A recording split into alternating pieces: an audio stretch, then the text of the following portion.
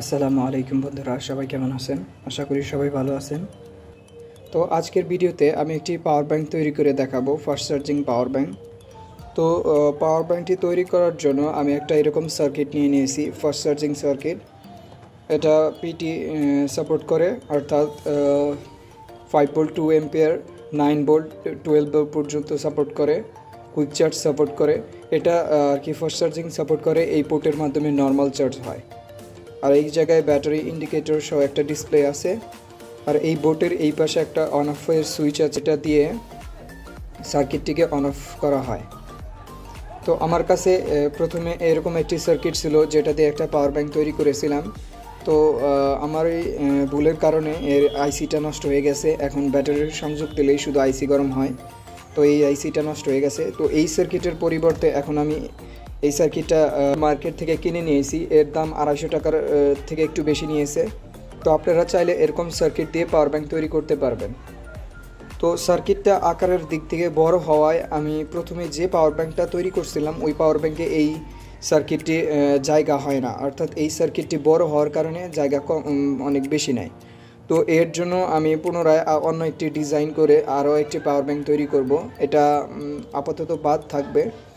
তো পরবর্তীতে যদি আইসি কোথাও পাই বা কোনো নষ্ট সার্কিট হতে সংগ্রহ করা যায়, অথবা চাইলে আমি বিভিন্ন পোর্টগুলো বা ডায়োড আছে, অনেকগুলো ক্যাপাসিটর আছে, এই ক্যাপাসিটরগুলো পরবর্তীতে ইউজ করা যাবে। তো আমি সার্কিটটি এটা রেখে দিচ্ছি। তো পাওয়ার ব্যাংক সার্কিটটি মূলত ফাস্ট চার্জিংয়ের জন্য, সেহেতু এই পাওয়ার ব্যাংক সার্কিটে অনেকগুলো ব্যাটারি দিতে হবে, অর্থাৎ 2, 3, 4টা, 5টা, 6টা যে দিতে পারেন, ভালো এম্পিয়ারের দিতে হবে। তো আমার কাছে এরকম পুরাতন ব্যাটারি ছিল, যেটা 3000 এম্পিয়ার আছে, 4000 আছে, 5000 পর্যন্ত আছে। এগুলো আমি লোকাল মার্কেট, অর্থাৎ যেই জায়গায় আপনার ফোন রিপেয়ারিং করে, ওই জায়গায় ইজিলি আপনারা পেয়ে যাবেন। এগুলো অনেক কম প্রাইজে দিয়ে দিবে। তো আপনারা যদি একটু কষ্ট করে বেছে নিয়ে আসেন, তাহলে আপনাদেরই সুবিধা হবে। তো আমার কাছে প্রথমে যে পাওয়ার ব্যাংক তৈরি করছিলাম, ওই পাওয়ার ব্যাংকের জন্য আমি যে ব্যাটারিগুলো ইউজ করছি, ওইগুলো প্রত্যেকটা ব্যাটারি 5000 mAh করেছিল। তো 3টা ব্যাটারি আমি প্যারালালে সংযোগ করে নিয়েছি। আর এর পিছনে তো আমি এতটুকু পাওয়ার ব্যাংক তৈরি করব, সেই জন্য পিভিসি পাইপ এতটুকু কেটে নিয়েছি। এটা ছিল আগের পাওয়ার ব্যাংক, যেটা এতটুকু ছিল। তো ওইটার সার্কিট নষ্ট হওয়ার কারণে এটার জায়গা অনেক বেশি নেওয়ায় এটাকে আমি ছোট করে এই সার্কিটকে আমি ব্যাটারির উপরে দিয়ে সুন্দর করে একটা পাওয়ার ব্যাংক তৈরি করব। তো পাওয়ার ব্যাংকটি তৈরি করার জন্য আমি পিভিসি পাইপ দিয়ে আগে থেকেই কয়েকটা টুকরো কেটে নিয়েছি, অর্থাৎ মাপ অনুযায়ী কোনটা কোথায় লাগবে সেই মাপ অনুযায়ী। এটা হচ্ছে সামনে এবং পিছনের জন্য দুই সাইডে এরকমভাবে লাগানো হবে। তো এরকমভাবে সুন্দর করে সুপার গ্লুতে আটকে দিব। এই দুই মাথায় লাগানো হবে। আর এই পাশে আমি এই সার্কিটের যে পোর্টগুলো আছে, এই পোর্ট অনুযায়ী আমি শিফট করে নিয়েছি। তো এরকমভাবে এটার মধ্যে সেট করতে হবে। তো এটা এরকমভাবে আমি কেটে নিয়েছি এটার উপরে লাগানোর জন্য। এটা যে কোনো এক সাইডে আপনারা রাখতে পারেন আপনাদের ইচ্ছা মতো। তো আমি এই সাইডে রাখবো, তো সেই জন্য এই সাইডে কেটে নিয়েছি। তো এটা এইভাবে বসবে। আর এই পাশের জন্য আর একটা পিভিসি পাইপের টুকরা কেটে নিয়েছি। পাওয়ার ব্যাংকটি ঠিক দেখতে এরকম হবে। আর উপরে একটা ঢাকনা দিয়ে আটকে দেব। আমার পূর্বের যে পাওয়ার ব্যাংক ছিল, ওই পাওয়ার ব্যাংকের ঢাকনা এতটুকু ছিল, তো ওইটা আমি কেটে ছোটো করে এতটুকু আটকে দেব। আর এই জায়গায় যে ডিসপ্লেটা আছে, এই ডিসপ্লেটা আমি খুলে, যেহেতু এই ডিসপ্লেরও কানেকশন ইনপুট, অর্থাৎ এই ডিসপ্লের কাল হচ্ছে কয়টা, 5টা। এই ডিসপ্লের আপনার টার্মিনালও 5টা। তো আমি ট্রাই করে দেখব আসলে এই ডিসপ্লের মাধ্যমে এটা হয় কি না। যদি এই ডিসপ্লের মাধ্যমে হয়, তাহলে এইটা খোলার আর প্রয়োজন নেই, আমি এটার ভেতরেই সেট করে নেব। আর যদি না হয়, তাহলে সেই ক্ষেত্রে আমাকে এই ডিসপ্লেটা খুলে প্রথমে এর ছিদ্র অনুযায়ী আপনি যে পাশে ডিসপ্লেটা রাখতে চান, অর্থাৎ আপনি এই জায়গায় রাখতে চাইলে আপনার এই জায়গায় মাপ অনুযায়ী পিভিসি পাইপে ছিদ্র করে নিতে হবে, অথবা চাইলে আপনি এটা খুলে যে কোনো এক সাইডে বা কর্নারে বা যে কোনো এক সাইডে আপনি লাগাইতে পারবেন। তো আমি এটা খুলে যে কোনো এক সাইডে লাগাবো। তো এরকমভাবেই আমি সার্কিটটা ব্যাটারির ভেতরে সম্পূর্ণভাবে বসিয়ে নেব। তো বসানোর জন্য আমি সুপার গ্লু ইউজ করব। তো প্রথমে এই সাইডের সবগুলো পিভিসি পাইপ আমি বসিয়ে নিচ্ছি সুপার গ্লু দিয়ে। তো আপনারা ধৈর্য সহকারে ভিডিওটি দেখবেন। ভিডিওটি ভালো লাগলে একটি লাইক দিয়ে কমেন্ট বক্সে আপনার মতামতটি জানাবেন। আর যদি কেউ চ্যানেলে নতুন হয়ে থাকেন, তাহলে চ্যানেলটি সাবস্ক্রাইব করে পাশে থাকা বেল আইকনটি প্রেস করে দিবেন। তো আমি সুপার গ্লু দিয়ে আটকে নিচ্ছি। তো পাওয়ার ব্যাঙ্কটি আমি এই পাশে দুই পাশের যে পিভিসি পাইপের টুকরো কেটে নিয়েছিলাম, তো সেই টুকরো দুইটা লাগিয়ে দিয়েছি আমি, সুপার গ্লু দিয়ে সুন্দরভাবে আটকে দিয়েছি। পরবর্তীতে এগুলো ঘষতে হবে, সিরিজ পেপারে সুন্দর করে ঘষে ফিনিশিং দিতে হবে। তো যেহেতু আমি এই পাশে সার্কিটটা বসাবো, তো এই সার্কিটের নিচে ফাইবার বসিয়ে দিতে হবে।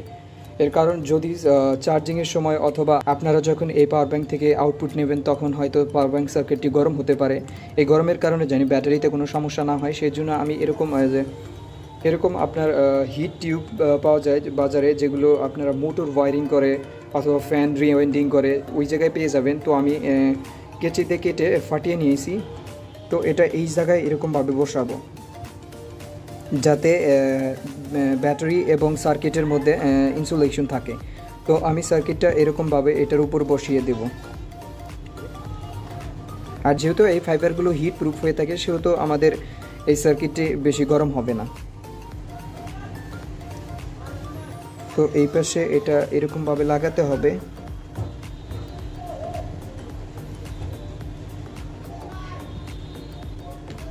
তো আমি এই পাশের ঢাকনাটাও আমি লাগিয়ে নিচ্ছি, পরবর্তীতে এই পাশে ঢাকনাটা লাগাবো।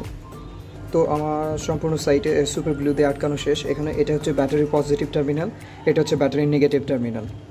আর সার্কিটের এই জায়গায় দেওয়া আছে, আপনার ইন্ডিকেট করা আছে, এইটা হচ্ছে পজিটিভ টার্মিনাল ব্যাটারির, আর এইটা হচ্ছে নেগেটিভ টার্মিনাল।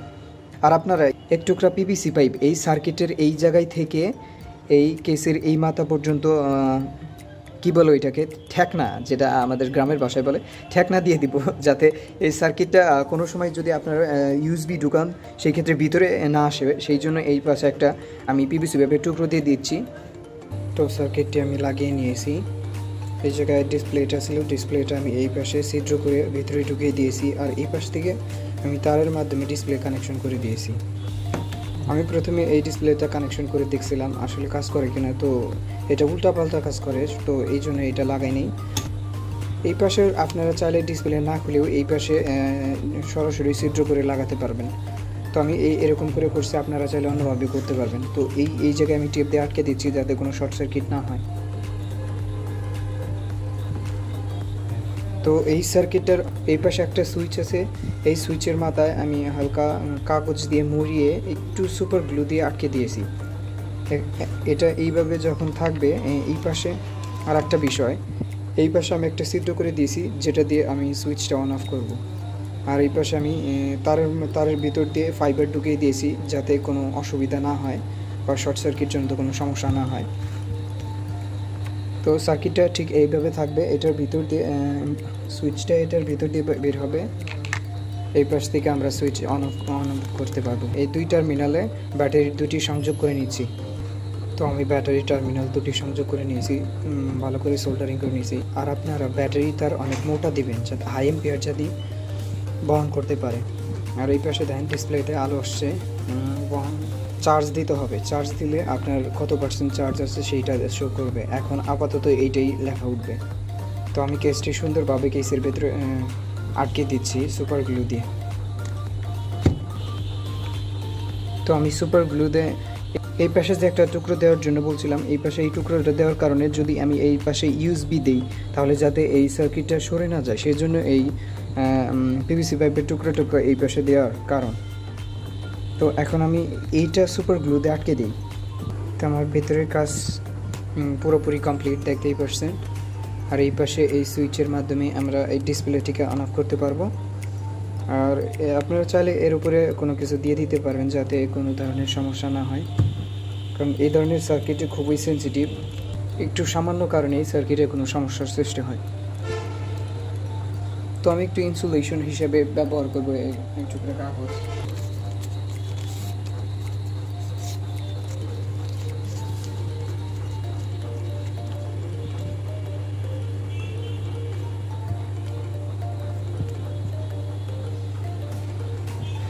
তো আমার পাওয়ার ব্যাংকের সমস্ত কাজ শেষ।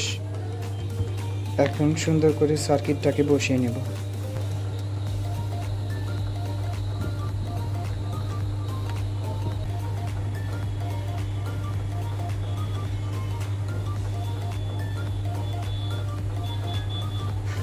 হালকা করে সুপার গ্লু দিয়ে আটকে দিলাম যাতে এটা নাড়াচাড়া করতে না পারে। তো এখন আমি কেসটি সুন্দর করে উপরে কেসটি সুন্দর করে আটকে দেব।